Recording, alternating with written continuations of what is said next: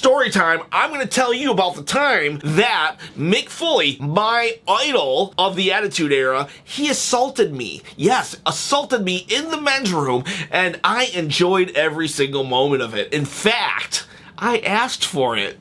Let me back up just a little bit. This is a true story, by the way. I'm not making anything up. So, it was the era of Sunday Night Heat. If you don't know what Sunday Night Heat was, it's basically an in-between of Main Event and Velocity and SmackDown. So, it's like, it was an important show, but you also had a lot of nothing as well. And it was only an hour long. It came on, was it MTV? I think it was MTV aired it. Yeah, MTV aired it. It was an hour long, I believe. Maybe it wasn't MTV. Maybe it was USA. I don't know, but it was on Sunday night, 7 p.m. I know that. And it came into town. I grew up in the greater Detroit area, and that's the luxury of living in Michigan. You always have a map on you. That's where I grew up, right around here. Anyways, so WWE came in town. It's the Attitude Era.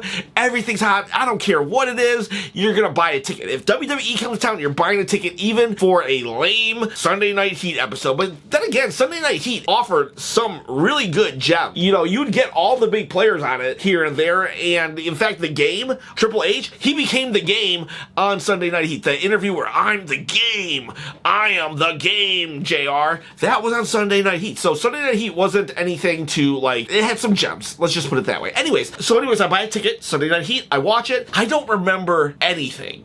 All right, the only thing I remember is that Mick Foley was out with injury. So I went into Sunday Night Heat, and I loved Mick Foley. I loved Mankind, actually. I will be honest with you, I didn't even know Mick Foley. I didn't even know Cactus Jack. I only knew Mankind, right? And then Dude Love, and then, you know, eventually I got to know Cactus Jack. And then that's when I started looking into all of other things in wrestling. So I guess you could say, because I'm literally realizing this on the spot, Mick Foley might be the reason that I got into, like, researching wrestlers, WWE wrestling, and everything because of Mick Foley. Because I wanted to find out who Cactus Jack was, so I went online, and the internet, okay, I'm dating myself, all right? The internet was kind of new, you know, back then. And yeah, that's interesting because I didn't know who Cactus Jack was, so I ended up researching Cactus Jack and then going down these rabbit holes of finding out more about wrestling and, you know, the death matches, ECW, all these things. That is very interesting because I only knew of Mankind and Dude Love, and then because everybody else knew of Cactus Jack, I searched out Cactus Jack and discovered more than WWE. That's a revelation that I literally just had on camera. I hope this takes because, like, for real. What an epiphany. Anyways, let's move on from that. Maybe I'll digest that a little. Anyway, so Mankind, he is not wrestling because he's injured for some reason. I don't know why he's injured. I can't remember that. But the show's over. Me and my brother-in-law, Nathan, what's up, man? Nathan and I, we are leaving the arena. It's the Joe Louis Arena. We're leaving it, and all of a sudden there's a commotion, right? We're walking, and I can start seeing and hearing, so I'm very observant. I started hearing people say, like, they're chattering, was that him? Was that him? Who was that? I can't believe that. I think that was him. And then so I just stop. And if you haven't noticed, I'm a little intense, all right? I'm a little intense, and I don't really have shame. I don't really care. But I try to be respectful. I do try to be respectful, but I definitely was not in this story. I completely fanboyed, marked out. I couldn't help it. I did, and you'll hear more about it in a second. So anyways, I stop a random person, and I'm like, who? Who are you talking about? They're like, Mick Foley. I'm like, what about Mick Foley? I think that was him. I'm like, what do you mean you think that was him? Like, I think that, like, he just walked by here. I go to Nathan. I'm like, oh my God, Nathan. Oh my God. Mick Foley just walked down. That was Mick Foley. The person that they're talking about. That's Mick Foley. And he's like, what are you talking? Who's Mick Foley? Mankind. And I just ran. I am not joking you. I just ran. I looked like a lunatic. And do not, please people, do not do this. Whatever I did in this story, do not do it. Yeah, just don't. Because I was an idiot and a moron, but I'm gonna tell the story anyways. So I run, right? And then I see a congregation of people, right? Outside of the men's bathroom.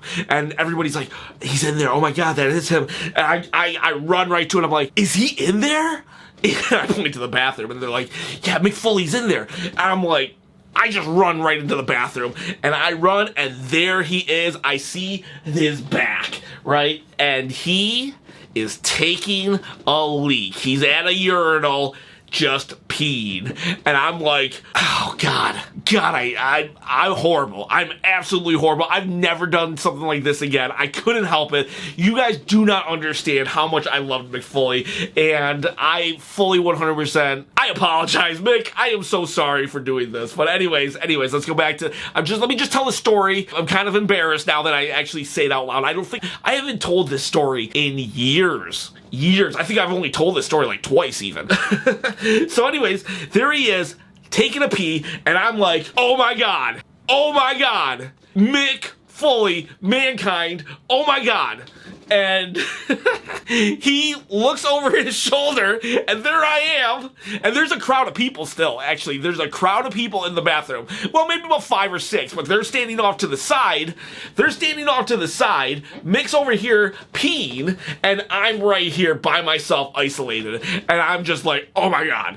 And he turns his head, and he looks kind of at me, and he's like, hello. He's like, hello. And I'm like, hi Mick, how are you? I'll be honest with you, I can't remember if I was calling him Mankind or Mick Foley. I think I was jumping in between. Because to me, he was Mankind. He was the guy getting thrown off the cage. And I'm like, oh my God, hi, how are you? And he's like, I'll be better in a second. And I'm like, yeah, of course you will. And so then, he shakes, and he turns around, and I go, now here I am, I'm like, in my head, I'm like, play it cool, Ken, don't look like a fool. Too late. So I'm just like, Mick, can I shake your hand? And he just looks at my hand, and then he goes, can I wash mine first? And I'm like, oh yeah, you can totally wash your hands first. Here, let me show you. I literally said that. I'm trying to play it as cool as possible, right?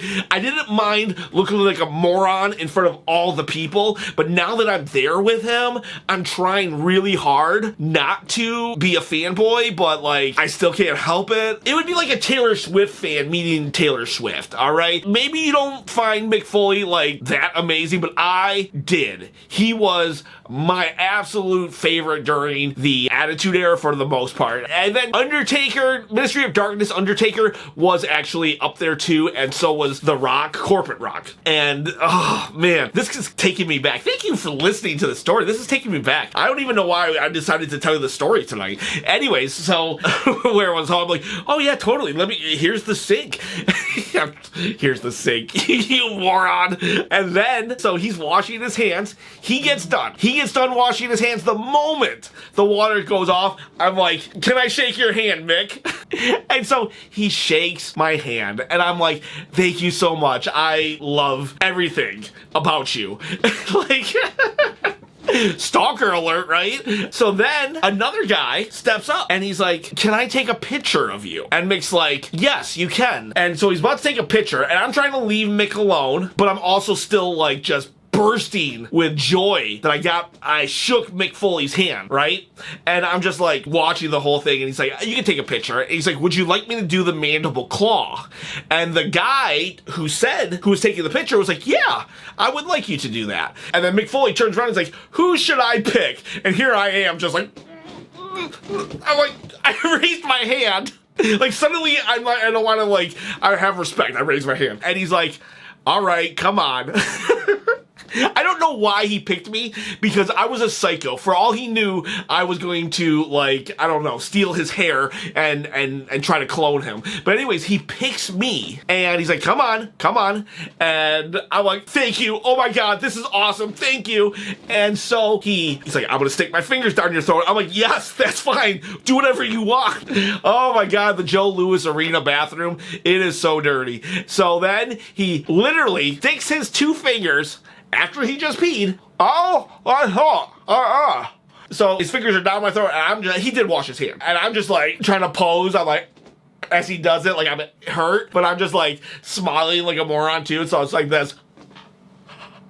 And so then he takes the picture and he just says, all right, I'm gonna leave. And I'm like, at that point, I have started to calm down, but I'm still like geeking out. And I'm just like, you just made my life. You are so awesome. Thank you so much for that. And I can't even remember what he said at that point, but he basically just said goodbye. I can't remember exactly. I think I was just so euphoric at that moment. And this is where, though, this is the part that I regret the most. So then the guy, right, so Mick Foley's gone, and I'm just like, just amazed. I'm like, man, I need proof. And this was before cell phones were like, people were taking pictures with cell phones. And, we had cell phones, but they were meant for calling people. So I talked to the guy after who took the picture, and I'm like, please, can you send me the picture? I was so geeked out. I made the stupidest mistake. Literally, one of the biggest regrets of my life. I gave the guy my address, right? Because he lived in Ohio. The guy was from Ohio. I remember that. Another reason to hate Ohio, other than the turnpike. He's from Ohio, and I asked him, can you please send me that picture? I will pay for anything. I will pay for the, we actually had developed pictures also at the time. And I was like, I will pay for developing. I'll pay for shipping. I'll do anything. Here's my phone number. I was so like geeked out. I didn't even get that guy's phone number. So all I gave him was all my information, but I never took any of his information. So I never ended up getting the picture. Like, for real. Like, I have no proof that this really happened. Like, oh my God. Oh, if I had that picture, I would blow it up. And it would be the background it would be like the centerpiece of my house. Man. Oh, even retelling this part, that's heartbreaking. Because I remember like an hour. So then I left and I'm just like, oh my God, Nathan, you don't believe it. I retell the story to Nathan and he's like looking at me like an idiot because he didn't like wrestling. He went as just me and my brother-in-law at the time. We were very close. I considered him a great friend and he's a great guy still, but we just kind of, life, we grew apart. He has like 800 kids too. He has no time for friends. But I love you, Nathan, though. But the thing was, he only went to kind of like, because I had no one to go with. I don't even think I was driving at the time. So he kind of drove me there and, he enjoyed himself, but it was all about me and my enjoyment, I guess. So anyways, yeah, I tell him all about it. It was about an hour into it that I was like, oh my God, I should have got his information. I gave him mine, but I never took his. And now I don't have it. Who knows? Maybe this channel will explode and blow up and that guy will see the photo. And or Mick, if you see this, hey, can we recreate that? Tell me when you're in Michigan again and Detroit, and let's meet in the Joe Lou bath and let's recreate it. Oh man, that was amazing. Oh man. He did not have to be so cool to me. I fanboyed out to a scary stalker-like thing, and he still was just like the super nicest, super coolest guy. And that was back when he was super famous, right? Sometimes people are super famous and then they're jerks, and then later on in life they become cool. No, he was super cool back then at the peak of the Attitude Era when he was at his peak. Oh man, if I would have got that picture, if I could have got that picture, I don't know, who knows, if somehow, some way, there's some guy in Ohio that took a picture of a crazy idiot getting the mandible claw at the Joe Louis Arena, I would appreciate it if you reach out to me because I am that idiot. Guys, I appreciate every single one of you. I hope you enjoyed my one and only story. Actually, no, I do have one more story. Actually, in the Joe Louis Arena, I met Sapphire, Dusty Rhodes' manager. That's not a really cool story, though. It was kind of a lame story, honestly, but I met her, so I met two people, but the Mankind one, that's the story. Please subscribe to the channel, acknowledge the channel, like I acknowledge that Mankind was maybe the low-key MVP of the Attitude Era. Appreciate y'all. Have a good day.